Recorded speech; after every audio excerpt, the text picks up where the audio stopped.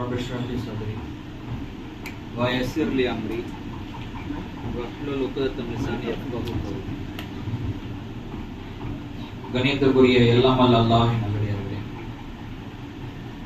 அல்லாஹ்வுடைய அருளால் நாம் அனைவரும் இந்த இடத்திலே அமர்ந்திருக்கின்றோம்.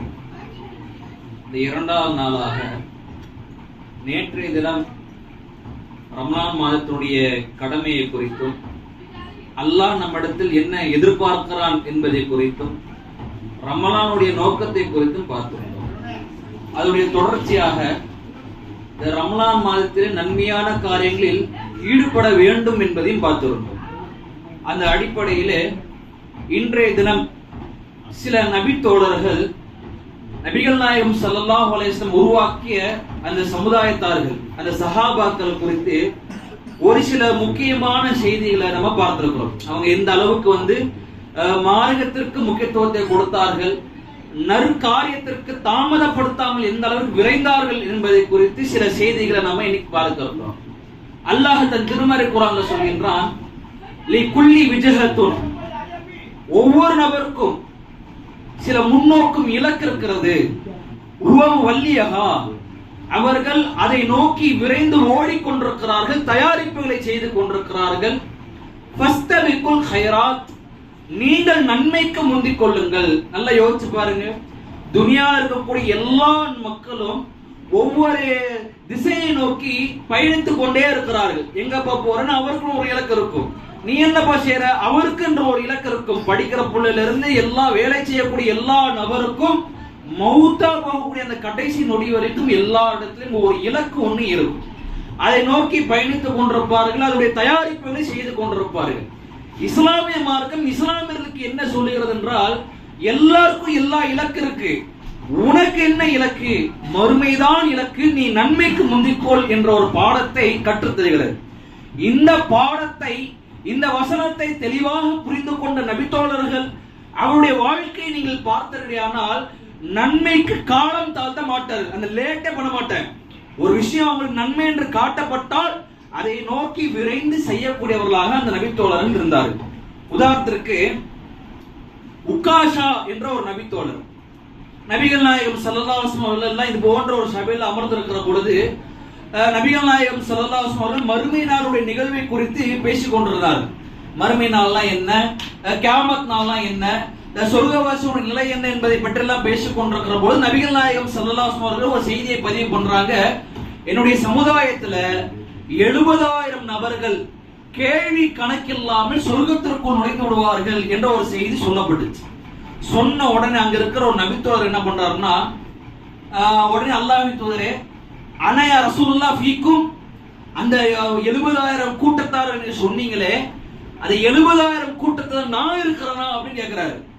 உடனே நபிகள் நாயகம் ஸல்லல்லாஹு அலைஹி வஸல்லம் சொல்றாங்க, நஅம் யா உகாஷா, ஆம் உகாஷா, நீங்களும் அந்த 70,000 நபர்ல ஒருவர், உங்களுக்கு கேள்வி கணக்கே இல்ல, நீங்க டைரக்டா சொர்க்கத்துக்கு போலாம் அப்படிங்கிற செய்தி சொல்ல முடியாது. இதை கேட்ட இன்னொரு நபித்தோழர் என்ன பண்றாரு அப்படின்னா, அனயா ரசூலுல்லாஹ், அல்லாஹ் நானும் இருப்பனா அப்படின்னு கேட்கிறாரு. நானும் இருப்பனா என்று அந்த இரண்டாவது நபித்தோழர் கேட்ட உடனே நபிகள் நாயகம் ஸல்லல்லாஹு அலைஹி வஸல்லம் ஒரு வார்த்தையை பதிவு பண்றாங்க, சபக்கக உகாஷா, உகாஷா உங்களை விட முந்தி விட்டார். இந்த ஒரு விஷயத்துல உகாஷா ஒரு அடி முன்னாடி வந்துட்டார் அப்படிங்கிற ஒரு செய்தியை பதிவு பண்றாங்க.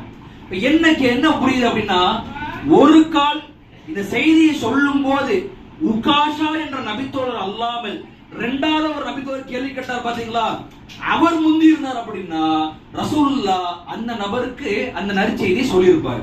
ஆனா இந்த இடத்துல என்ன ஆச்சு அப்படின்னா, உகாஷா ரலியல்லாஹு அன்ஹு அவங்க உடனே நம்ம இருக்கிறோமா இல்லையா கேட்டுறோமே, தயக்கப்பட வேணாமே, நன்மையான காரியமே என்பதற்காக உடனே கேட்டு நான் இருக்கேனா அப்படின்னு கேட்டுறாங்க. இப்ப நான் இருக்கேனா அப்படின்னு கேட்கும் போது நபிகள் நாயகம் ஸல்லல்லாஹு அலைஹி வஸல்லம் சொல்றாங்க, நீங்களும் அது ஒருவர் தான் என்ற ஒரு செய்தியை சொல்றாங்க. எவ்வளவு ஒரு அழகான சம்பவம் தெரியுமா? இன்னைக்கு நம்ம வாழக்கூடிய பெரும்பான்மையான மக்கள் இந்த செய்தியை உணர்ந்துட்டோம் அப்படின்னா நாமும் நம்முடைய வாழ்க்கையில இந்த நன்மையை காலம் தாழ்த்த மாட்டோம், உடனுக்குடனே செய்யக்கூடியவர்களாக. உங்களுக்கு ஒரு தர்மம் செய்யற, ஏன் இது சொல்றோம் அப்படின்னா, நிறைய மக்களுக்கு தர்மம் செய்யணும்னு இருக்கும், நிறைய மக்களுக்கு ஏழைகளுக்கு உதவி செய்யணும்னு இருக்கும், நிறைய மக்களுக்கு நம்ம பெரிய அவள் ஏதாவது பண்ணிடலாம் அப்படின்னு நினைப்பு இருக்கும். ஆனா ஒரு கட்டத்துல ஷைத்தான் என்ன ஒரு சிந்தனை ஏற்படுத்துவோம் அப்படின்னா, நம்ம இப்ப செய்ய வேணாம், நம்ம ஒரு பிசினஸ் பண்ணிக்கிட்டு இருக்கிறோம், நம்ம ஒரு வேலைக்கு போய்கிட்டு இருக்கிறோம், நம்ம ஒரு தொழில இருக்கிறோம், இந்த தொழில இந்த வியாபாரத்துல இந்த ஜாப்ல நமக்கு ஒரு நல்ல ஒரு இடத்துல போய் சேர்ந்துருவோம், கை நிறைய சம்பாதிக்க ஆரம்பிச்சிடலாம். நீயத்தெல்லாம் இருக்கு, எனக்கு ஏழைகளுக்கு உணவு போடணும், தர்மம் பண்ணணும், இப்படி காசு எடுத்து அள்ளி வீசணும், எல்லாருக்கும் அது இருக்கும். ஆனா அதோட சேர்த்து என்ன இருக்கும் அப்படின்னா, காலம் தாழ்த்து அப்புறம் பார்த்துக்கலாம், கொஞ்சம் அமௌண்ட் ஷேரட்டும், ஒரு குறிப்பிட்ட ஒரு வியாபாரம் பண்ணிக்கிட்டு இருக்கிற அது ஒரு லாபம் வந்துச்சு அப்படின்னா அந்த லாபத்தை தூக்கி நம்ம என்ன பண்ணுவோம், ஏழைகளுக்கு நம்ம உதவி செய்வோம், நன்மையான காரியம் ஈடுபடும் இருப்போம். ஆனா நல்லா புரிஞ்சுக்கோங்க, இந்த மாதிரி நினைத்த சகோதர சகோதரிகள் அந்த காரியத்தை செய்வதாக வரலாறே கிடையாது. யோசிச்சு பாருங்க, நம்மளே கேள்வி கேட்டு பாருங்க, நம்ம எத்தனை நன்மையை செய்யணும்னு இருக்கிறோம், எத்தனை நன்மைகளை உடனுக்குடனாக செய்த சகோதரர்கள் யோசிச்சு பாருங்க, காலம் தாழ்த்தக்கூடியவர்களாக தான் இருப்போம். ஒரு கட்டத்தில் அந்த காலம் கடந்து எல்லாம் போயிருமோ இல்லையா, அந்த நன்மை நினைத்த அந்த காரியத்தை செய்தமான்னு பார்த்தா கிடையாது. ஆனா இந்த நபித்தோழரை பாருங்க, உடனுக்குடனே அந்த காரியத்தை ஈடுபடக்கூடியவர்களாக இருந்தார்கள். இரண்டாவது ஒரு நபித்தோழர் அபூபக்கர் சித்திக் ரலியல்லாஹு அன்ஹு. இவருடைய வாழ்க்கை குறித்து நமக்கு ஏராளமான சம்பவங்கள்ல ஒரு உதாரணமாக இருக்கக்கூடியவர் இந்த நபித்தோழர் தான், அபூபக்கர் சித்திக் ரலியல்லாஹு அன்ஹு. இதே போன்ற ஒரு சபையில உட்கார்ந்து நபிகள் நாயகம் ஸல்லல்லாஹு அலைஹி வஸல்லம் அவர்கள் தொழுது முடிக்கிறாங்க, சஹாபாக்களை நோக்கி பேசுறாங்க. சஹாபாக்கள்கிட்ட கேட்கிறாங்கன்னா, இன்றைய தினம் உங்களை யார் நோன்பு வைத்திருக்கிறா அப்படின்னு கேட்கிறாங்க. ஐயுக்கும் சாயிமோன், உங்களை யார் இப்போ நோன்பு வச்சிருக்கிறா அப்படின்னு கேட்கும்போது உடனே அந்த கூட்டத்தில் இருந்த அபூபக்கர் சித்திக் ரலியல்லாஹு அன்ஹு என்ன பண்றாங்க, ஆனா யார சொல்லலாம் நோன்பு வச்சிருக்கிறா அப்படிங்கிறார். ரமலான் மாசம் கிடையாது, ஏதோ சாதாரண ஒரு நாள் அல்ல சொல்றாங்க, ஆனா யார சொல்லலாம் நான் இனி நோன்பு வச்சிருக்கிறேன் அப்படின்றாங்க. ரெண்டாவது நபிகள் நாயகம் ஸல்லல்லாஹு அலைஹி வஸல்லம் கேட்கறாங்க, உங்களை யாராவது ஒரு ஜனாசாவை கலந்து கொண்டீர்களா அப்படின்னு கேட்கறாங்க. அப்ப அதுக்கும் அபூபக்கர் சித்திக் ரலியல்லாஹு அன்ஹு என்ன பண்றாங்கன்னா, ஆனா யார சொல்லலாம் நான் இன்னைக்கு ஒரு ஜனாசா இருந்துச்சு, அந்த ஜனாசால போய் நான் கலந்து கொண்டேன் அப்படிங்கிற செய்தியை சொல்றாரு. மூன்றாவதாக நபிகள் நாயகம் ஸல்லல்லாஹு அலைஹி வஸல்லம் கேட்கறாங்க, இன்னைக்கு யார அல்யோம் இன்றைய தினம் ஐயுக்கும் உங்களை யாராவது ஒரு ஏழைக்கு உணவு கொடுத்தீர்களா அப்படின்னு கேட்கும் போது அப்பவும் அந்த கூட்டத்துல இருந்த அபூபக்கர் சித்திக் ரலியல்லாஹு என்ன பண்றாங்கன்னா, ஆனா யா ரசூலல்லாஹ் நான் இன்னைக்கு ஒரு ஏழைக்கு உணவு கொடுத்தேன் என்று சொன்னார். இதை கேட்ட அல்லாஹ்வுடைய தூதர் அவங்க, உங்களை யார் இந்த காரியங்களை ஒன்று சேர இது போன்ற ஒரு காரியத்தை செய்கின்றார்களோ தஹலல் ஜன்னா, அவர் சொர்க்கத்திற்குள் நுழைந்து விடுவார் என்று நபிகள் நாயகம் ஸல்லல்லாஹு அலைஹி வஸல்லம் சொன்னார். இதுல கவனிக்க வேண்டிய விஷயம் என்னன்னா, அபூபக்கர் சித்திக் ரலியல்லாஹு அன்ஹுடைய ஆர்வம் எப்படி இருந்துச்சு அப்படின்னா, நற்காரியங்களை தன்னை ஈடுபடுத்தக்கூடியவர்களாக இருப்பாரு. அது சின்ன காரியமா பெரிய காரியமா அதெல்லாம் கணக்கே கிடையாது. அவர்கிட்ட நன்மை இருக்கா, அல்லாஹ்வுடைய அருள் இருக்கா, திருப்தி கிடைக்குமா, நான் அதுல ஒரு ஆளாக இருக்க வேண்டும் என்ற ஒரு எண்ணம் படைத்தவர் தான் அபூபக்கர் சித்திக் ரலியல்லாஹு அன்ஹு அவங்க. இதனாலதான் நீங்க நல்லா பாருங்க வரலாற்றுல இவர் என்ன காரியத்தை செஞ்சாலும் சரி உமர் அவங்க வாட்ச் பண்ணிக்கிட்டே இருப்பாங்க. உமர் அவர்களுக்கு ஒரு கட்டத்துல ஒரு அடி ஓவர்டேக் பண்ணக்கூடியவர் தான் இந்த அபூபக்கர் சித்திக் ரலியல்லாஹு அன்ஹு. எந்த அளவுக்குன்னா உமர் ரலியல்லாஹு அன்ஹு அவர்களே பொறாமைப்படக்கூடிய அளவுக்கு இவர் எல்லா விஷயத்திலும் என்னோட நான் எப்படியாவது அபூபக்கர் நான் வந்து அவரை தோக்கடிச்சிடலாம், நன்மை விஷயத்தை எப்படி பாருங்க, வியாபார விஷயத்தை தோக்கடின்னு கிடையாது, அவருடைய வாழ்க்கை விஷயத்தை தோக்கடின்னு கிடையாது, நன்மையில நம்ம எப்படியா இந்த மனுஷன் நம்ம முந்திர மாட்டோமா அப்படிங்கிற ஒரு ஆர்வத்தோட உமர் அவங்க இருக்கிறாங்க. ஆனா அந்த ஒரு சேலஞ்சில தோல்வியை கண்டவர் தான் உமர் ரலியல்லாஹு அன்ஹு. அவரே சொல்லிட்டாரு, இந்த மனுஷனை நம்ம எப்படியா ஜெயிச்சிடலாம் என்று இருக்கும் பொழுது அதற்குண்டான வாய்ப்பை கொடுக்க மாட்டேங்கிறார். எல்லா நேரத்திலும் இந்த அபூபக்கர் என்னை முந்தி விட்டு சென்று கொண்டிருக்கிறார் நன்மையான காரியத்தில் என்று சொல்லிவிடுகிறார். இதுதான் அபூபக்கர் அவர்களுடைய ஸ்டைல். மூன்றாவது ஒரு நபர், உஹது பத்ர் போர்க்களத்துல போர் நடைபெறக்கூடிய அந்த நேரத்துல சஹாபாக்கள் எல்லாம் அந்த ஒரு போர்க்களத்துல இருக்கிற அந்த நேரத்தில் உஹது போர்க்களத்துல என்ன ஆகுது அப்படின்னா, நபிகள் நாயகம் ஸல்லல்லாஹு அலைஹி வஸல்லம் அவர்கள் தனியான ஒரு ஆளாக இருக்கிறார்கள். அவர்களை சுற்றி இந்த காஃபிர் கூட்டம் என்ன ஆகுது அப்படின்னா சுற்றி வளைக்க ஆரம்பித்து விட்டார்கள். உடனே அங்க இருந்த 7 அன்சாரி தோழர்கள் நபிகள் நாயகம் ஸல்லல்லாஹு அலைஹி வஸல்லம் ஒரு கேடயம் போன்று இருந்தார்கள். 3 முஹாஜிர்கள், ஆக மொத்தம் 10 நபித்தோழர்கள் நபிகள் நாயகம் ஸல்லல்லாஹு அலைஹி வஸல்லம் இருக்கிறாங்க. அந்த சூழலை கொஞ்சம் யோசிச்சு பாருங்களேன்.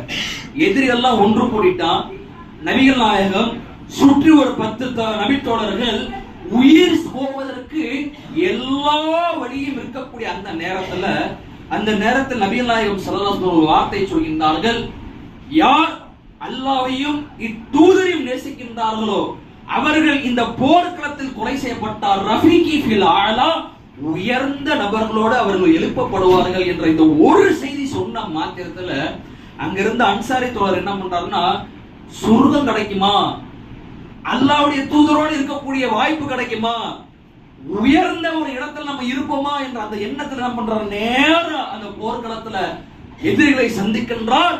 இந்த எதிரிகளால் கொலை செய்யப்படுகின்றார், ஷஹீதாக்கப்படுகின்றார். இதே வார்த்தையை நபிகள் நாயகம் ஸல்லல்லாஹு அலைஹி வஸல்லம் திருப்பி சொல்லும் போது இதை கேட்ட எல்லா அன்சாரி தோழர் 7 நபர்கள் என்ன பண்றாங்க அப்படின்னா, நேரா அந்த போர்க்களத்துல சந்திக்கின்றாங்க. எதிரியுடைய வாட்களுக்கும் ஈட்டிகளுக்கும் ஆயுதங்களுக்கும் அவர்கள் இரையாக்கப்படுகின்றார்கள். ஒரு கட்டத்தை ஷஹீதாகின்றார்கள். கொஞ்சம் யோசிச்சு பாருங்க, ஒருத்தர் ஃபர்ஸ்ட் போனார் பாத்தீங்களா, அவரை விட்டுருங்க. ஏன்னா அவர் அந்த போர்க்கள அவர் தான் இப்ப முதல்ல போய் சாக போறாரு, உயிர் தியாகம் செய்ய போறாரு. இவர் போனத இந்த மற்ற நபித்தோழர்கள் பார்த்து கொண்டிருப்பார்கள். அந்த நபர் எப்படி கொலை செய்யப்படுறாரு, எப்படி அவருடைய உயிர் தியாகம் செய்யப்படுகிறது அதெல்லாம் கண்ணால பார்த்த நபித்தோழர்கள் அவர்கள் பயந்து ஓட கிடையாது, விட்டுட்டு ஓடிடும். மூத்த கண்ணுக்கு முன்னாடி பாக்குறாங்க, நம்ம ஒரு இடத்துல ஒரு ஆக்சிடென்ட்டோ ஏதாவது ஒரு ஆச்சு அப்படின்னு மனசு அப்படியே பதிஞ்சு போயிடும். ஒரு ஏதாவது ஒரு ஆக்சிடென்ட் போட்டா அதெல்லாம் காட்டாதீங்க அப்படின்னு சொல்லக்கூடிய ஆட்கள் இருக்காங்க இல்லையா, அப்படியே ஒரு முகம் ஒரு அளவுக்கு அவங்க என்ன பண்ணா வெக்ஸ் ஆயிடுவாங்க, ஒரு மாதிரி தூக்கம் வராது. அது அப்படியே அந்த காட்சிகள் அப்படியே கண் முன்னே இருந்துட்டே இருக்கிறதுனால சில மக்கள் கிட்ட அந்த ஆக்சிடென்ட் போட்டோலாம் காட்டுங்க, எலும்பு ஒரு பக்கம், தலை ஒரு பக்கம், உடல் நசுங்கி ஒரு கடகம் பாக்குங்களா, அந்த போட்டோ காமிச்சாலே சில பேர் கொமட்டிட்டு வரும், காட்டாதீங்க பயம் அப்படின்ட்டுருவாங்க. ஏன் அப்படி அந்த காரியத்தை பார்க்கும்போது உள்ளத்து ஒரு விதமான ஒரு பயம், அச்சம் வந்துடும். அந்த மாதிரி ஒரு போர்க்களத்தை நடந்துகிட்டு இருக்கு. முன்னாடி தன்னுடைய தோழர், என்னோட இத்தனை ஆண்டு காலம் இருந்த என்னுடைய தோழர் கண்ணுக்கு முன்னாடி கொலை செய்யப்படுகின்ற, உடல் சிதைக்கப்படுகின்றார். நீங்க பாருங்க, உகது போர்க்களத்துல இந்த ஜனாசாவை கடைசி நேரத்துல எல்லாத்துடைய ஜனாசம் காட்டப்படுகிறது. ஒருத்தருடைய ஜனாசாவும் அந்த அளவுக்கு அடையாளம் காட்ட முடியாது. பார்த்தோட இவர் இந்த நபரை காண முடியாது. அவரே ஆச்சு அவன் பார்த்து இது யாரா இருக்கும், சொந்தக்காரங்களை கூப்பிட்டு யாருமானா பாருங்க, உங்களுடைய சகோதரனா பாருங்க, உங்களுடைய பிள்ளையா பாருங்க என்ற அடையாளம் காணப்பட்ட பிறகுதான் அவர் யார், எந்த நபித்தோழர், எப்படி கொலை செய்யப்பட்டிருக்கிறாங்கிறது தெரியும். இப்படி தன்னுடைய கண்ணுக்கு முன்னாடி தன்னுடைய தோழர் எல்லாம் ஒவ்வொரு ஆள் இறந்து போகக்கூடிய அந்த நேரத்தை பார்த்து மற்ற நபித்தோழர்களோ அடுத்தடுத்து அவங்க போறாங்க. அப்படின்னா 7 அன்சாரிகள் 6 பேர் போயாச்சு. இந்த 6 பேருடைய மரணத்தை பார்த்த அந்த கடைசி 7வது அன்சாரி தோழர் அவரும் அந்த இடத்துல போய் மௌத்தாக போறாரு. அப்படின்னா அவருடைய உள்ளத்துல இதுல ஆச்சரியமான விஷயம் என்ன அப்படின்னா, இவர்களுக்கு சண்டை போடவே தெரியாது, அன்சாரி தோழர்களுக்கு சண்டையே போட தெரியாது. இவர்கள் ஒரு விவசாயிகள், விவசாயத்தை மட்டுமே பார்த்து வரக்கூடிய ஒரு மக்கள், சண்டை போட தெரியாது.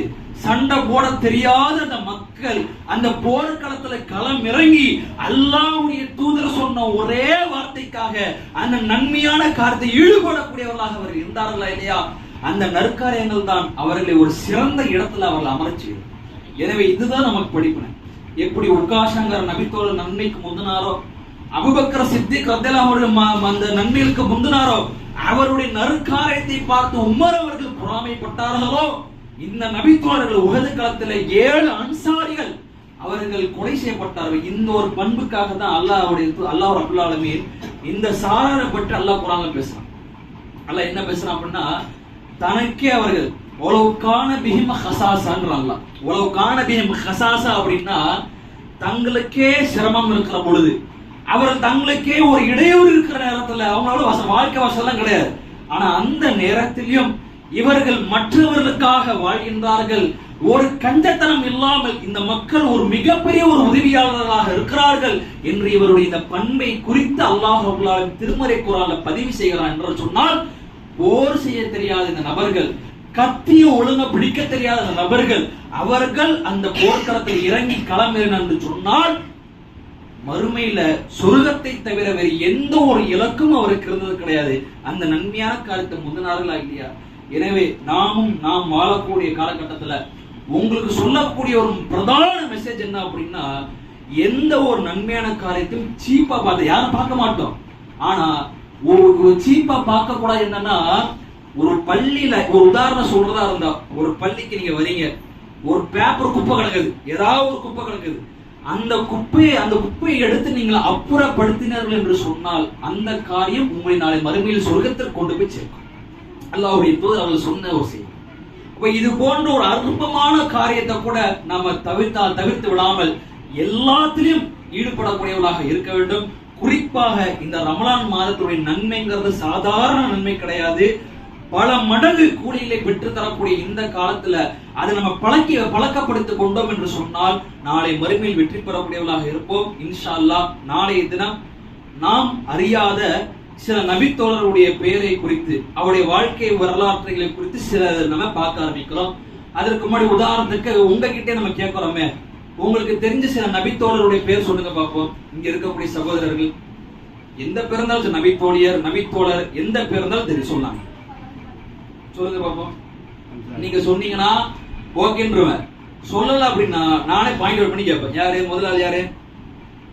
ஏதோ நபித்தோழருடைய பேர் வந்துச்சு, அபூ ஹுரைரா ரலியல்லாஹு அன்ஹு, வேற ஹம்ஸா ரலியல்லாஹு அன்ஹு, அபூ தல்ஹா ரலியல்லாஹு அன்ஹு, யாரு? உதைஃபா ரலியல்லாஹு அன்ஹு, வேற சஅத் இப்னு அபி வக்காஸ் ரலியல்லாஹு அன்ஹு, வேற முஸஅப் ரலியல்லாஹு அன்ஹு, வேற அப்துல் ரஹ்மான் பின் அவுஃப் ரலியல்லாஹு அன்ஹு. அல்ஹம்துலில்லாஹ் கிட்டத்தட்ட ஒரு பெரும்பான் காலித் பின் வலீத் ரலியல்லாஹு அன்ஹு இவர் ஒரு வரலாற்றுல பிரசித்தி மிக்க ஒரு பெயரை சொல்லப்பட வேண்டிய இந்த நபித்தோருடைய பேரெல்லாம் நம்ம சொன்னோம். அல்ஹம்துலில்லாஹ் இவர்கள் அல்லாத நபித்தோருடைய வரலாற்றை தான் நம்ம இன்ஷா அல்லாஹ் நம்ம பார்க்க இருக்கிறோம். அவர்கள் யார், என்ன காரியம் செய்தார்கள், ஏன் அவர்கள் எல்லாம் பார்த்து ரொம்ப அளவுக்கு சீன்ல இருக்க மாட்டாங்க. அபூபக்கர் அவங்கன்னா ஒரு சீன்ல இருப்பாங்க, நபிகளாரோட எல்லா பக்கமும் சீன்ல இருப்பாங்க. உமர் அவங்க தூதரோடய இருப்பாங்க, உஸ்மான் ரலியல்லாஹு அன்ஹு தூதரோடவே இருப்பாரு. இவர்கள் எல்லாம் நபிகளாரோட இருந்ததுனால நமக்கெல்லாம் நிறைய செய்தியில வர்றதுனால இவங்க ஒரு பிரபலியமான நபித்தோழராக இருக்கிறார்கள். ஆனால் இந்த நபித்தோழர்களுக்கு சற்றும் எந்த விதத்திலும் குறையில்லாமல் பிரசித்தியாக பேசப்படாமல் சில நபித்தோழர்கள் வாழ்ந்து மரணித்திருக்கின்றார்கள். அவருடைய வாழ்க்கை வரலாறு என்ன, அவர்கள் என்ன காரியம் செய்தார்கள், எப்படியெல்லாம் தன்னுடைய வாழ்க்கை அமைத்து நன்மைக்காக இருந்தார்கள் என்பதை குறித்து ஒரு விரிவான செய்திகளை சில நபித்தோழர்களை பற்றி இன்ஷா அல்லாஹ் நம்ம பார்க்க இருக்கிறோம். எனவே நாளைய தினமும் இது போன்ற ஒரு நிகழ்வுகளை கலந்து கொள்ளக்கூடிய வாய்ப்பை ரஹ்மான் நம் அனைவரும் ஏற்படுத்துவானாக என்ற ஒரு பிரார்த்தனையோடு இந்த உரையை முடித்துக் கொள்கிறேன். வாஹிர் தவானா அல்ஹம்துலில்லாஹி ரப்பில் ஆலமீன். அஸ்ஸலாமு அலைக்கும் வரஹ்மத்துல்லாஹி வபரகாத்துஹு.